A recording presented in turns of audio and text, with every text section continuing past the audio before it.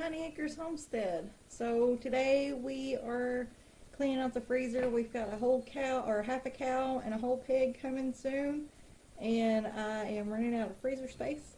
So we're gonna do something with all of these frozen tomatoes from last year's garden, and probably render down some more lard and maybe make some more beef broth with the bones that I have in the freezer. So here's what we have to work with. So this is all of the tomatoes that I had in the freezer. The lot. I'm going to be using a turkey roaster to cook these down, and I don't believe I can fit them all in it while they're frozen. So I have to let them sit here and thaw out, and I'm not sure how long that'll take, but we'll see. Alright, so these are mostly thawed out. The skin just comes right off. You can just peel it right out of it. However, I did not de-seed these. Why is you making that sound? So they all still have the seeds. I'm not that fond of seeds in my spaghetti sauce, so we're going to have to use a strainer and get those out. I am keeping all of this tomato skins. I'm going to try to dehydrate those and make some tomato powder. So let's see how we get the seeds out. So I have this roasting pan, and I took I've got a bowl full, a huge bowl full of tomatoes that I've smashed up with this this potato masher. Trying to make a mess, of course.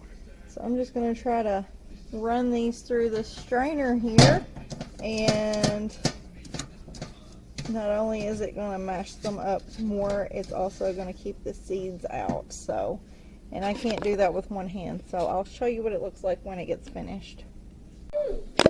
Alright, so we've got some salsa made up here. It's got a package of Mrs. Wage salsa mix. About a handful of dried cilantro in there. Oopsie. I took some of the sauce. I don't know if you can see that. And some of, I don't mind seeds being in my salsa, so I took some of the chunky pulp and seeds and put in here.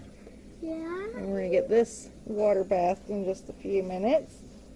And as for the spaghetti sauce, it needs to cook down some more. And I have some vegetables added, so we'll get to that in a little bit. Alright, so we ended up with 6 quarts of salsa.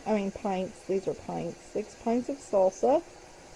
And the spaghetti sauce has thickened up good enough for me. I've transferred all of it to this big crock pot, and I added all my spices and a little sugar and some salt.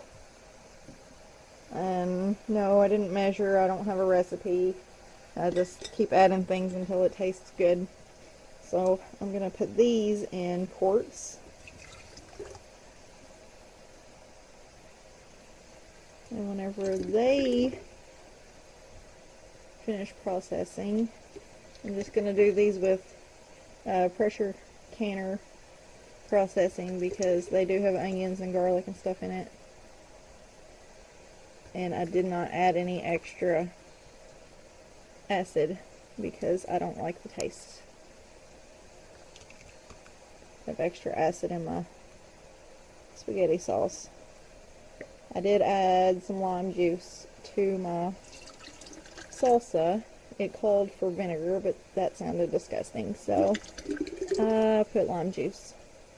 A little more lime juice than it called for, but it doesn't taste awful. It tastes pretty good. So when I get these filled up and we get done processing, we'll take a look.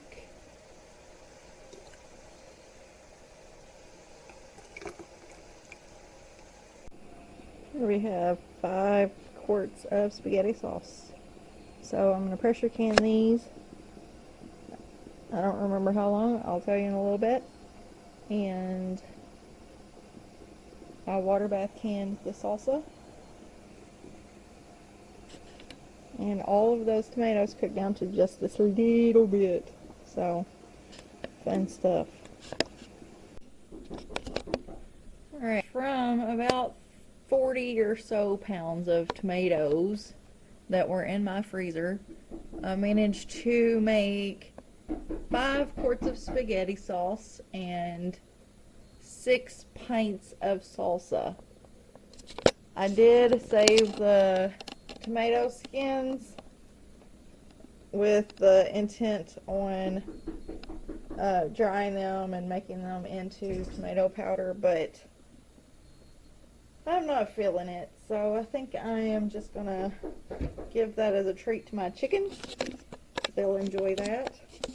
And I've got a few more things to clean out of the freezer before we get our pig and our half a cow. And I think next up I'm gonna render some lard and maybe can some sausage because we've got a lot of sausage left. But anyway, thanks for watching.